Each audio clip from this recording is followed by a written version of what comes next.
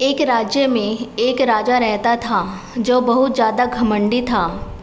उसके घमंड के चलते आसपास के सभी राज्य के राजाओं से भी उसके संबंध अच्छे नहीं थे।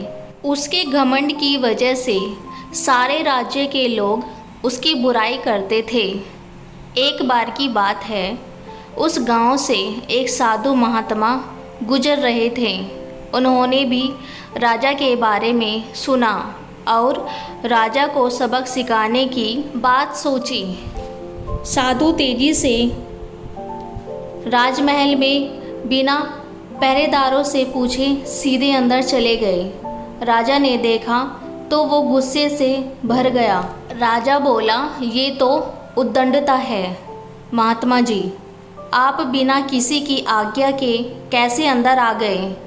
साधु ने विनम्रता से उत्तर दिया, मैं आज रात आपकी इस सराय में रुकना चाहता हूँ। राजा को ये बात बहुत ही बुरी लगी।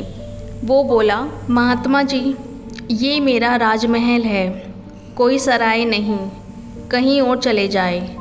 साधु ने कहा, राजा साहब, तुमसे पहले ये महल किसका था? राजा जी, मेरे पिताजी का। साधु, तुम्हारे पिताजी से पहले ये महल किसका था?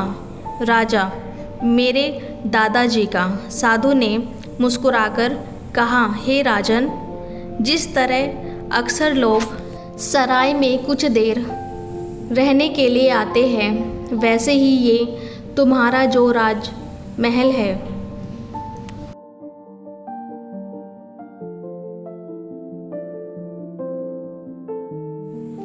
जो कुछ समय पहले तुम्हारे दादाजी का था, फिर कुछ समय के लिए तुम्हारे पिताजी का था, अब कुछ समय के लिए तुम्हारा है, कल किसी और का हो जाएगा।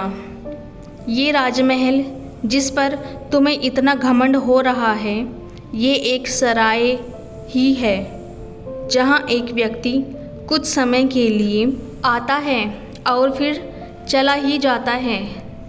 साधु की इन बातों से राजा इतना प्रभावित हुआ कि सारा राजपाट और मान सम्मान छोड़कर साधु के चरणों में गिर गया और महात्मा जी से क्षमा मांगी और फिर उसने कभी घमंड ना करने की शपथ ली। एक बहुत बड़ी सीख छुपी हुई है इस कहानी में। ये दुनिया एक सराय के समान है, पर लोग रोज आते हैं और कुछ लोग रोज जाते हैं। अच्छी सोच रखिए और अच्छे काम कीजिए, क्योंकि इस सराय से एक दिन सबको जाना है।